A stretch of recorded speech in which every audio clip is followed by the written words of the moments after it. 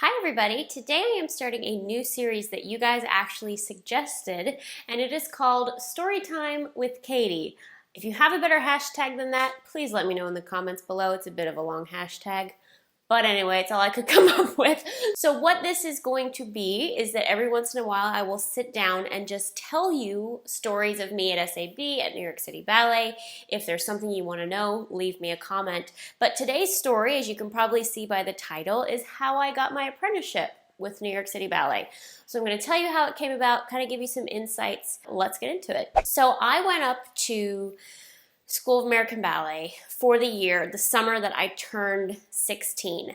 I was there for the summer course. I believe that was in 2004, and during that summer course they asked me to stay for the year. If you want me to go into that, again, I can do a whole nother video. So I did my first year at SAB and did really well, got the lead in the workshop for multiple ballets, and it was really great. And at the end of the year, he ended up taking two very tall dancers, which was kind of a surprise to many of us. Sort of maybe two or three of us that were kind of up for the apprenticeship spots, and none of us got them. Several boys got it that are still in the company. Devin Alberta, Andrew Scordato, Robbie Fairchild got his that year. And maybe a couple others. So it was kind of a boy year, and they took two taller girls, neither of whom are actually still in the company. So a lot of us were kind of a little bit disheartened because we had been made to believe that you're going to get your apprenticeships this year, and here's the leads in the workshop, and then none of us got it. But that actually ended up being a very good thing for me because I don't think I would have been ready at that point to be in the company. I'd only been in New York for a year. I needed some more training. I wasn't as strong as I should have been. So that ended up being a blessing in disguise.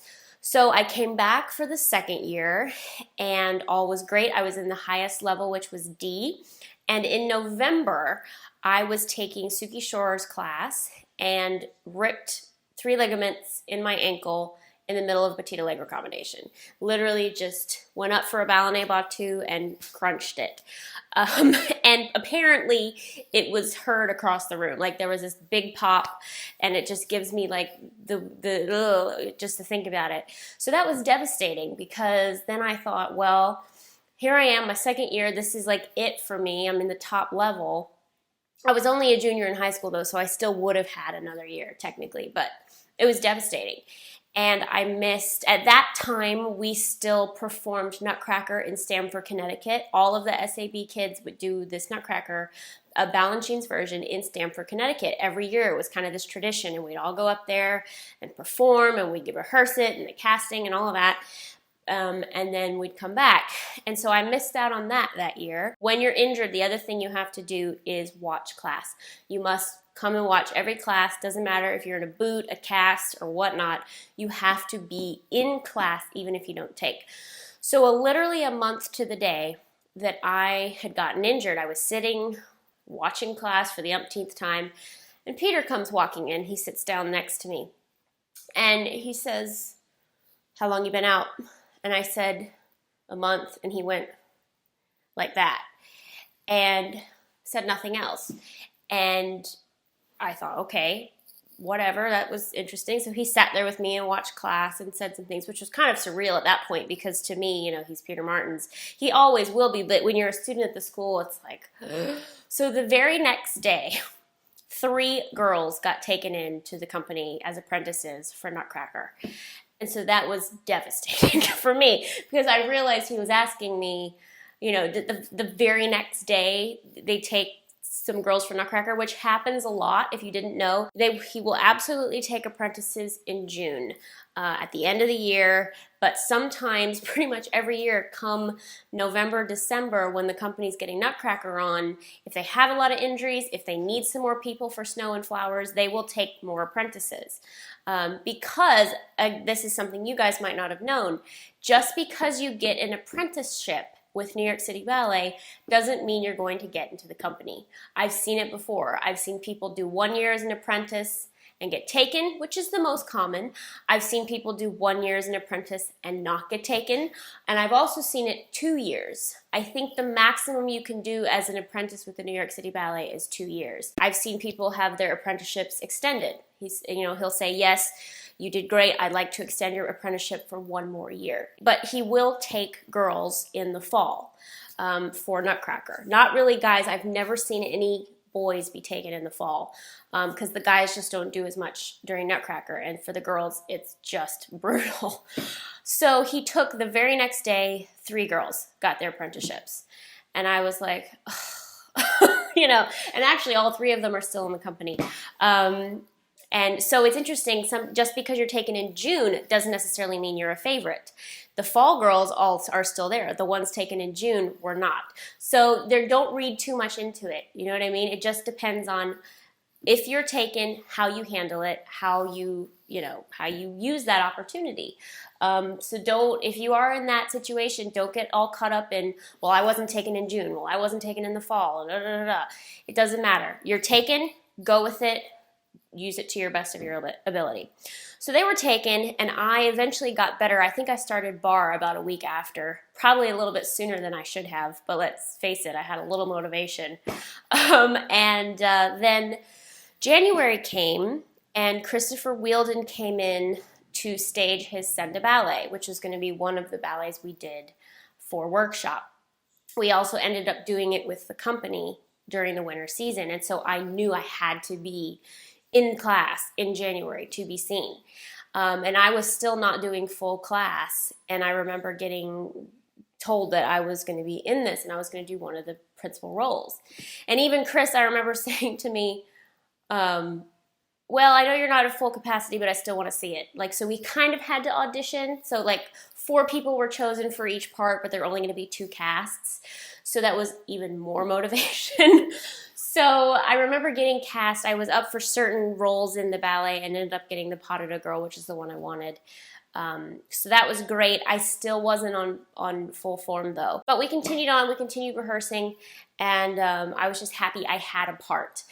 So then in February, maybe late February, early March, 𝐂𝐨𝐼𝐧𝐝, the director of the school, stopped me in the hallway. She said, come here, I want to talk to you for a second. And I thought, here we go, I'm done. They're going to take me out of the ballet because I'm too injured. She said to me, I know you're injured, I know it's frustrating, but I want you to take it easy and not push yourself. And I said, yeah, I know, but she said, hold on, because you're going to be taken as an apprentice come June. And that meant everything to me. I'll be honest, guys, that does not happen. The only other person I know they've done that for, ironically, is Tyler Angle, who you saw me on videos dance Sleeping Beauty with. They did the same thing for Tyler. Now there could be others. I don't entirely know, but it is not a common stance. So I was just very grateful that she said that to me, and that from that point I could relax. You know, I didn't have to push my foot so hard. I didn't have to, try and be seen. That was the greatest gift I was given. Now, of course, she said, don't tell anyone, which I wasn't about to anyway. That was not my personality to go parading it around through the hallway that I was going to be an apprentice come June. But I was able to relax for the rest of the year. And that was huge, huge for me. I ended up still getting great parts in the workshop, and even Peter, I think, said it to me just in the hallway, just casually one day, just between the 2 of us, and just made it known to me to relax. And even I remember Darcy coming in class one day and going, Katie, Peter and I are having this debate about you. And I thought, oh boy. She said, now I think you're 5'4". I think you're my height, but he thinks you're taller. And there was like this great debate about my height. So even then it was almost like, okay, they're picturing me in this company. So that was really cute, and it really took the pressure off of me for the rest of the year. However, I never sort of took that for granted, because nothing is set in stone. I didn't want to kind of get too comfortable and then have it all fall off a cliff. So I didn't say anything. My parents were the only ones that knew, and I worked as hard as I could without being stupid for the rest of the year. And I remember going in for my end of the year meeting. The faculty of SAB has individual end of the year meetings with every student, which is terrifying, by the way. It's absolutely terrifying. So you go in and they're all sitting, you know, around this big conference table. Like, it's the most intimidating thing in the world. And typically these meetings last a good 20 minutes each, 15 minutes each, to talk about their strengths, their weaknesses, what they should do. You know, you should audition for summer courses, you should audition for other companies. You know, these kind of, they take a while and people come out crying and it's terrible, and or they come out just confused. I went in, sat down, and they all go, well, you know what's happening to you. And I said, yes, I do. And they gave me a couple of tips, and they said, let's at least, and I can't remember who it was, but somebody said, well, let's at least just sit here for a minute or two. So we literally just sat there for a good couple minutes chatting about, I don't know, random stuff, what was happening in the world. I mean, it was just the most bizarre thing, and I kept thinking, surely, like, give me something, give me more, you know, say something. They did give me things to work on, but, you know, it was again, such a gift. So I came out very, you know, blank-faced. I didn't want to be the one again to proclaim it out. That was not me. So the workshop performances came, and again, it was just such a gift to be able to just perform and not worry about it. That's the other thing about apprenticeships at New York City Ballet. There's no, first of all, no set number of how many they're going to get. There's no set time as to when they get them. Sometimes they give them before workshop. Sometimes they give them after. Sometimes they will tell you that day. So there's no like, okay, the day after workshop, we find out who are the apprentices. There is no, it's very random, and I think it's on purpose. So that just puts an extra load of pressure on you because you don't know when it's going to happen. I thankfully did, and I, again, will forever be grateful for that. I did end up winning one of the 𝐂𝐲 Awards, the Male 𝐂𝐲 Award, which is given to several students at the end of the year, typically 4, who show great promise. Another disclaimer, just because you win the 𝐂𝐲 Award doesn't mean you're going to get taken into the company. I've seen many 𝐂𝐲 Award winners not get apprenticeships. So you can't, at the School of American Ballet, read too much into anything. It just, maybe they don't have a place for you, you're not the right fit, yet you're still talented. So it's bizarre. I won my 𝐂𝐲 Award with Anthony Huxley, who is now a principal, David Prodas, who just left the company. He is now on tour with An American in Paris, and another dancer called 𝐂𝐵𝐴 She's not, I don't believe she's dancing anymore, but she did all of us get taken into the company. We did the workshop. It was good. You still end up having a week of classes, maybe 2 after workshop, and they told us 2 days after. They brought us all in, and the doorbell's ringing. Ignore that. They brought us all in, and they said there were 8 of us. I think there were 8 of us. And they said, you're going to be apprentices with the New York City Ballet. And I tried to look excited and be, you know, as excited as everybody else. Obviously, I knew already, so I was just very congratulatory to everybody. My year was myself, Justin Peck, Anthony Huxley, David Prodas, Megan Mann, Brittany Pollock, Tabitha, and I think there was one more. I think there was another girl, but I can't remember who it was. There was a huge group of us. I think there was about 8 or 9 of us that all got our apprenticeships. And it was so much fun to finally be able to be excited about it. I still didn't tell anybody. That I knew ahead of time. That never ever came out to anybody except Tyler, actually, when he told me his story and I told him mine. So it was just such an exciting day. And then the funniest part was, Peter said, oh, you're going to be apprentices, blah, blah, blah. Congratulations. We were all hugging each other. And he said, okay, so yes, enjoy yourselves today because in 2 days, I need all the girls for Swan Lake. You'll be starting in 2 days, rehearsals for Swan Lake for Saratoga in 3 weeks. Have a nice day. So typically what happens is you get your apprenticeship. You don't start until the fall. So you have all summer, you might go away to a summer course, you might not, you might just stay right there. We started literally 2 days later with the company for Swan Lake. And so we were thrown in the deep end because at that point, New York City Ballet was still touring to Saratoga, which they still do, but we were going for 3 weeks. It was every year, Saratoga, New York, 3-week summer season.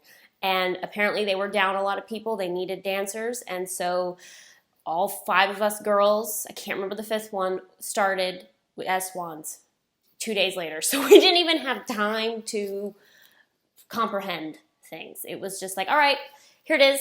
By the way, have fun. So that is my apprenticeship story, and we did start 2 days later. I'm gonna save that, starting with the company and getting Juliet for the first time, for another video, because that's a whole separate story. So if you enjoy these kind of videos, let me know, give it a thumbs up, subscribe to my channel so you don't miss more. And if there are any other story times with Katie you want, and again with a better hashtag, let me know in the comments. I will be happy to tell you guys, because I think I've like touched on things here and there but not actually done full stories. So let me know. If you missed my pre-performance follow along warm-up, it's right down there. You can click it to watch. Love you guys so much, and I will see you next time.